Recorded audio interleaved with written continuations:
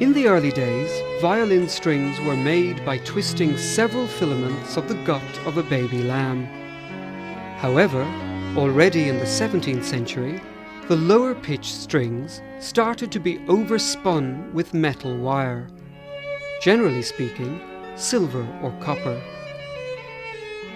At the beginning of the 20th century, it became common practice to use steel wire for the highest pitched string. This transformation is the main reason for the introduction of the sustained vibrato in violin performance since the middle of the last century. The belly is the front side of the body and for centuries has been made out of red spruce from the Fiemme Valley.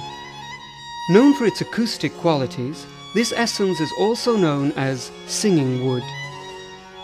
Inside the body, the sound post, a small cylindrical piece of wood, connects the soundboard to the back of the violin and transmits the vibrations.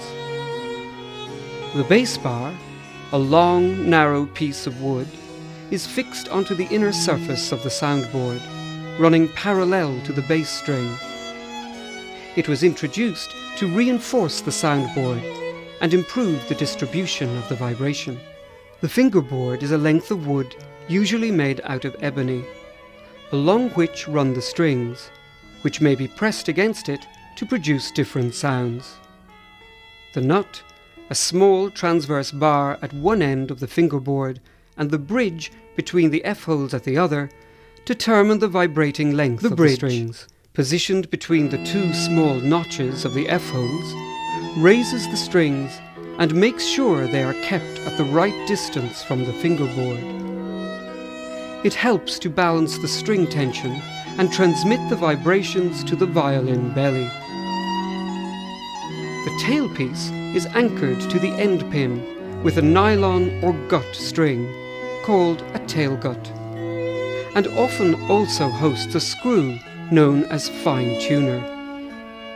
This is used to fine-tune the cantino, the singing string, with the highest pitch. The chin rest is a very recent accessory and is applied on the left of the tailpiece.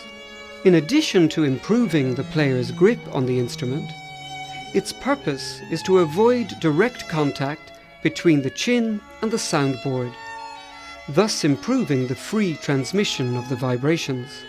Much in the same way as the chin rest, the shoulder rest also helps the performer to hold the instrument in position without obstructing the vibration.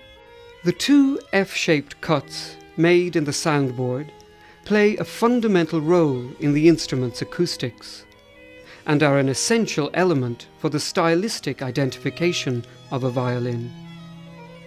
Their shape and position has a considerable effect on the vibration of the belly, ensuring a better emission of low-pitched notes.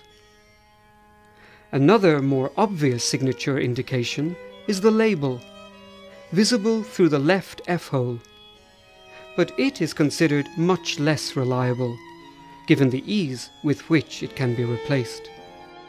A purely decorative element, the scroll is one of the most characteristic parts of the instrument, essentially the violin maker's signature.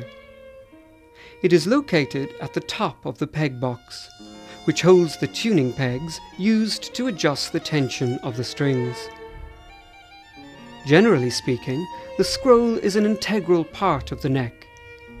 But on many Baroque instruments, the original neck has been replaced with a more sloping and occasionally longer one, to enable the performance of the Romantic and modern repertoire.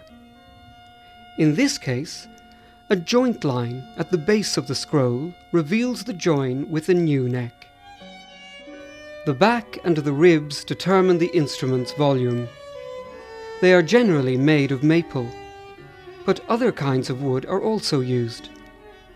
The ebony end button holds a tensioned wire known as the tail gut, which, being connected to the tailpiece, is used to tension the strings.